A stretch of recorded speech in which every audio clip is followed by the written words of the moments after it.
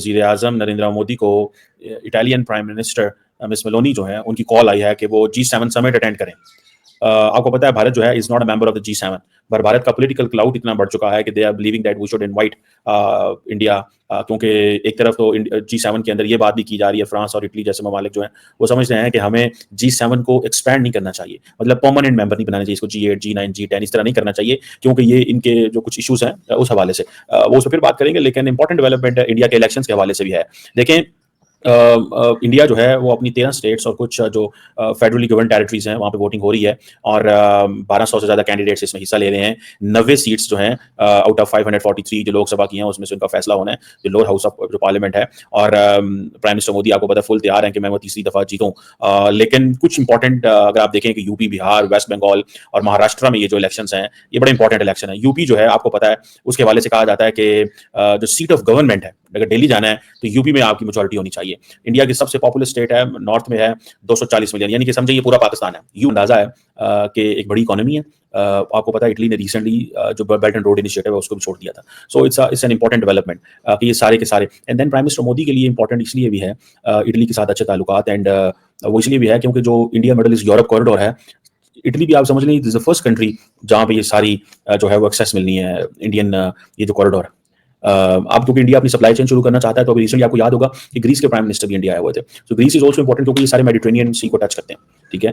Italy भी touch करता है, ग्रीस भी टच करता है। सो इंडिया को इस चीज़ का पता है कि जैसे ही स्विस कैनाल से निकलेंगे तो the next destination is either Italy और ग्रीस एंड अदर कंट्रीज भी हैं। आपको याद होगा क्योंकि Turkey is also in the Mediterranean, तो टर्की ने कहा how come there could be a corridor which will be successful without Turkey. आपने ये याद होगा कि आपने ये स्टेटमेंट जो थी टर्किश प्रेसिडेंट रजब तैयब एर्दोगान से ये सुनी होगी, ठीक है जी। अब इसकी जरा एनालिसिस कर लें कि right when the second phase of elections is going on, and कल सुबह इलेक्शन है, आज रात इटालियन पीएम की कॉल आ रही है।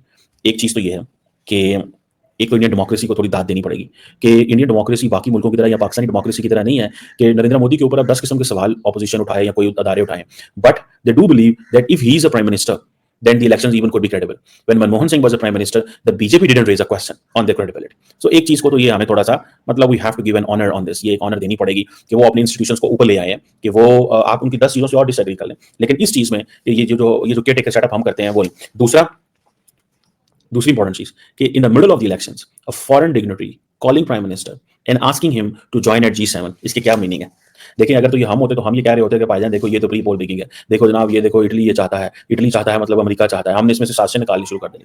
बट द क्वेश्चन इज कि ऑब्वियसली ये तो नहीं है कि अब अगर 1.5 महीने मुल्क के अंदर इलेक्शन हो रहे हैं तो दुनिया के साथ फॉरेन रिलेशन जो हैं वो आप खत्म कर लें, या आप कह रहे हैं कि जी हमारे फॉरेन रिलेशंस बंद हो गए हैं आज के बाद क्योंकि हमारे मुल्क में इलेक्शंस हो रहे हैं। So that is a kind of the maturity they have. And then on the other side PM Modi ने क्या जी जो मेलोनी साहबा ने वो कॉल की है, ये इनकी एक केमिस्ट्री है, ये बड़ी इसके ऊपर डिस्कशन की जाती है।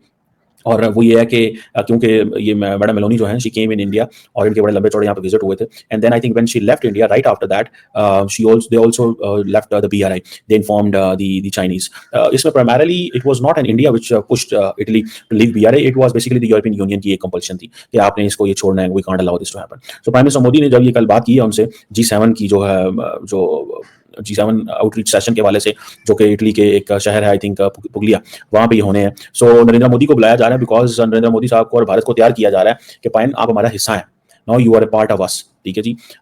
और इंडिया एक रैपिडली डेवलपिंग आपको पता है कंट्री है, इनका जो पर कैपिटा इनकम है कम है as compare to other economies, लेकिन जो अब बाकी जो इकोनॉमीज देखें Canada, France, Japan, Italy, UK वगैरह जो यूएस एंड यूरोपियन यूनियन जो है उनकी जो पर कैपिटा इनकम ऑब्वियसली 40-50 हज़ार 35 हज़ार प्लस के करीब है। सो इंडिया को वो they believe is an important partner, but since they believe कि इनकी पर कैपिटा इनकम हमारे बराबर नहीं है, so they don't make them the member. But ये चीज़ें बहुत सारे लोगों को इस तरह नहीं पता कि ये सारा जो ना ग्रुप ऑफ डेवलप इकोनॉमीज हैं या वो प्राइम मिनिस्टर बनने जा रहे हैं।